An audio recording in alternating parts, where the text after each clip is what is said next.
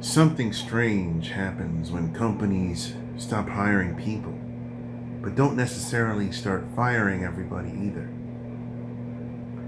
The whole job market freezes, and if you're already inside, you hold on to your chair. If you're outside trying to get in, good luck. That's what makes this kind of job market so frustrating. It doesn't necessarily feel like some dramatic collapse. You don't wake up one morning and suddenly every company in America has shut its doors. Instead, everything just seems to slow down. A company loses an employee and maybe they don't replace them. Someone retires and their responsibilities get divided between 3 other people. A department needs another worker, but management decides they'll wait a few months. And the people already working there quietly absorb the extra work.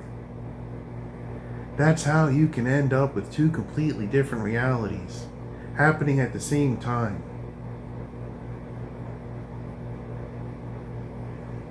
One person says, "I don't understand what everybody is complaining about. I've had the same job for 5 years." Another person says, "I've been applying everywhere and nobody will hire me." Both of them can be telling the truth.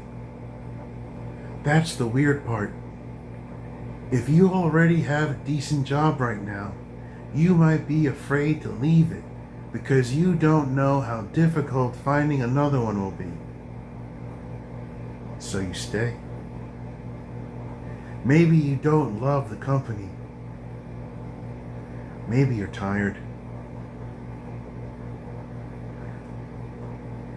Maybe you have been thinking about doing something completely different with your life. But that paycheck arrives every couple of weeks, and there are bills sitting on the kitchen counter. Suddenly, stability looks pretty attractive.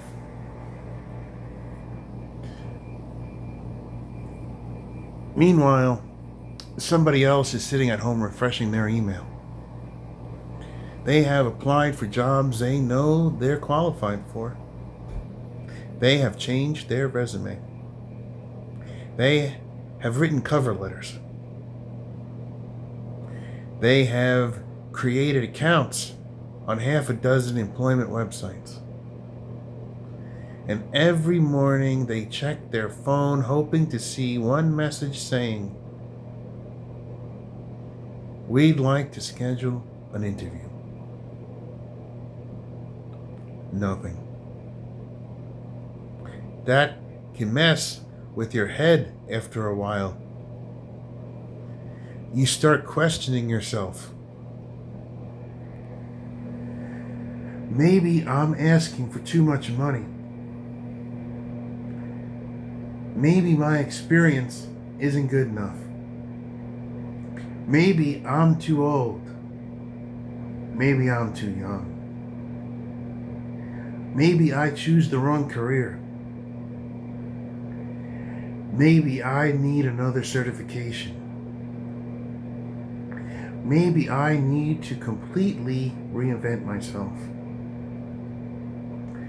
But sometimes the problem isn't you. Sometimes companies simply aren't in a hurry to hire. And that's where this gets bigger than employment. When people don't feel confident about finding work, they behave differently. They spend differently. They make fewer big decisions. They tolerate things they normally wouldn't tolerate.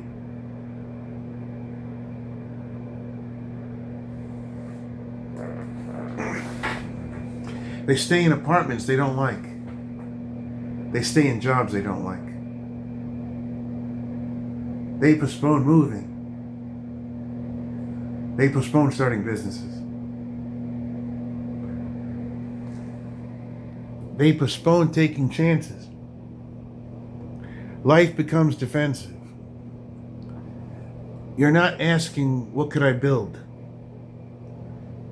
You're asking, how do I make sure nothing goes wrong? And I don't think human beings are meant to live permanently in that mindset. There has to be some sense of movement.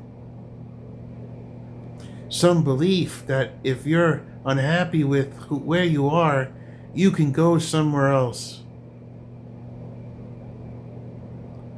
That's what makes the frozen job market so psychologically exhausting. Nothing has to completely collapse for people to feel stuck. Sometimes all that has to disappear. Sometimes all that has to disappear is opportunity. And maybe that's the real problem with a no hire, no fire economy. The people inside are afraid to leave. The people outside can't get through the door. Everybody waits for somebody else to make the first move. Companies wait. Workers wait. Job seekers wait. And eventually you realize the most dangerous thing about a job market isn't always when everything suddenly falls apart.